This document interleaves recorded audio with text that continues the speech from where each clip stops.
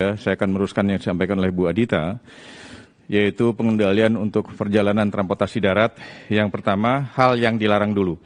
Saya akan menyampaikan bahwa hal yang dilarang, pertama adalah kendaraan bermotor umum dengan jenis mobil bus dan juga mobil penumpang. Yang kedua adalah kendaraan bermotor perseorangan dengan jenis mobil penumpang, mobil bus, dan sepeda motor, serta kapal angkutan, sungai, danau, dan penyeberangan.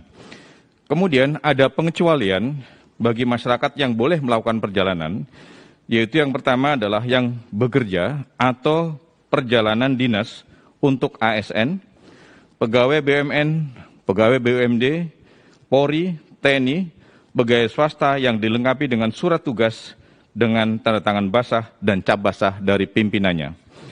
Kemudian berikutnya adalah kunjungan keluarga yang sakit. Kemudian kunjungan duka anggota keluarga yang meninggal dunia. Kemudian ibu hamil dengan 1 orang pendamping itu juga masih diperbolehkan untuk melakukan perjalanan. Kemudian kepentingan melahirkan maksimal 2 orang pendamping, serta pelayanan kesehatan yang darurat. Kemudian untuk pengecualian kendaraan yang masih boleh melanjutkan perjalanan, yang pertama adalah kendaraan pimpinan Lembaga Tinggi Negara Republik Indonesia. Kemudian berikutnya adalah kendaraan dinas operasional berplat dinas, TNI, dan juga Polri. Kemudian berikutnya adalah kendaraan dinas operasional petugas jalan tol. Itu juga masih harus menjalankan tugas tentunya. Kemudian kendaraan pemadam kebakaran, ambulan, dan mobil jenazah. Kemudian mobil barang dengan tidak membawa penumpang. Jadi khusus hanya mobil barang yang membawa barang saja, bukan untuk membawa penumpang. Seperti kasus yang tahun lalu, banyak mobil barang yang digunakan untuk membawa penumpang, itu tidak boleh. Kemudian berikutnya, kendaraan yang digunakan pelayanan kesehatan darurat, ibu hamil, kemudian anggota keluarga intinya, itu juga akan mendampingi. Kemudian kendaraan yang mengangkut repatriasi pekerja migran Indonesia, warga negara Indonesia, dan pelajar mahasiswa yang berada di luar negeri, serta pemulangan orang dengan alasan khusus oleh pemerintah sampai ke daerah asal, sesuai dengan ketentuan yang berlaku. Kemudian sebagaimana disampaikan tadi oleh Ibu Adita, menyangkut masalah wilayah aglomerasi atau lingkungan perkotaan. Jadi untuk kawasan perkotaan, ada beberapa daerah yang sudah kami skip di dalam peraturan Menteri Perhubungan tadi, yang masih boleh melanjutkan atau melakukan kegiatan pergerakan, adalah yang pertama untuk wilayah aglomerasi Medan, Binjai, Deli Serdang, dan Karo. Kemudian berikutnya untuk wilayah aglomerasi atau wilayah perkotaan Jabodetabek, kemudian Bandung Raya, kemudian Semarang, Kendal, Demak, Ungaran, dan Purwodadi. Kemudian berikutnya Jogja Raya, Solo Raya, kemudian Gerbang Kertosusilo atau Gresik, Bangkalan, kemudian Mojokerto, Surabaya, dan Sidoarjo. Dan yang aglomerasi terakhir adalah untuk Makassar, Sungu Minasa, Takalar, dan juga Maros. Kemudian menyangkut masalah pengawasan, juga tadi sudah disinggung oleh Bu Adita, bahwa pengawasan nanti akan dilakukan oleh Polri dengan membuat pos-pos checkpoint di beberapa daerah.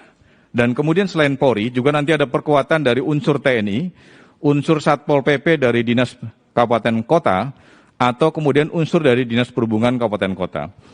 Kemudian juga akan kami libatkan dalam rangka pengawasan adalah personil kami yang dari BPTD. Kemudian sanksi yang akan kami lakukan bersama kepolisian seperti tahun-tahun yang lalu. Yang pertama, bagi masyarakat yang menggunakan kendaraan seperti kami sampaikan tadi, dan kemudian tidak memenuhi syarat untuk melakukan perjalanan, itu akan diputar balik.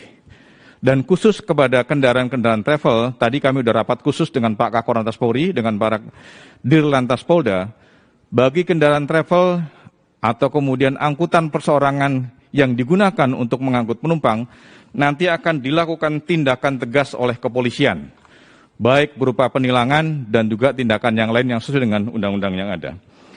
Kemudian pengecualian kendaraan di angkutan penyeberangan. Di angkutan penyeberangan untuk penyeberangan Merak, Bakauni, Ketapang, Gilimanuk, Padang Bayalembar, Kayangan, Potatano, dan juga penyeberangan yang lain yang masih boleh untuk diangkut dengan menggunakan kapal penyeberangan kapal Roro. Yang pertama adalah kendaraan pengangkut logistik atau barang kebutuhan pokok. Berikutnya adalah kendaraan pengangkut obat-obatan dan alat kesehatan, kemudian kendaraan pengangkut petugas operasional, dan juga petugas penanganan COVID-19, serta kendaraan pemadam kebakaran, ambulan, dan juga adalah mobil jenazah. Kami kira dari sektor perhubungan darat ini yang bisa kami sampaikan, dan nanti dalam pelaksananya kami bersama Korlantas Polri, bersama TNI, bersama juga dengan Pol PP dan juga Dinas Perhubungan Kabupaten Kota, dari mulai tanggal 6 kami sudah akan memasuki beberapa pos checkpoint yang dibangun oleh Polri. Kalau tidak salah jumlahnya sekitar 333 checkpoint yang akan didirikan oleh kepolisian, dan insya Allah nanti dari unsur Dinas Perhubungan Kabupaten Kota itu akan melakukan akan bersama-sama dengan Korlantas Polri, TNI untuk menjaga di checkpoint yang ada. Demikian yang kami sampaikan. Selanjutnya Pak Dirjen Laut akan menyampaikan di sektor perhubungan laut.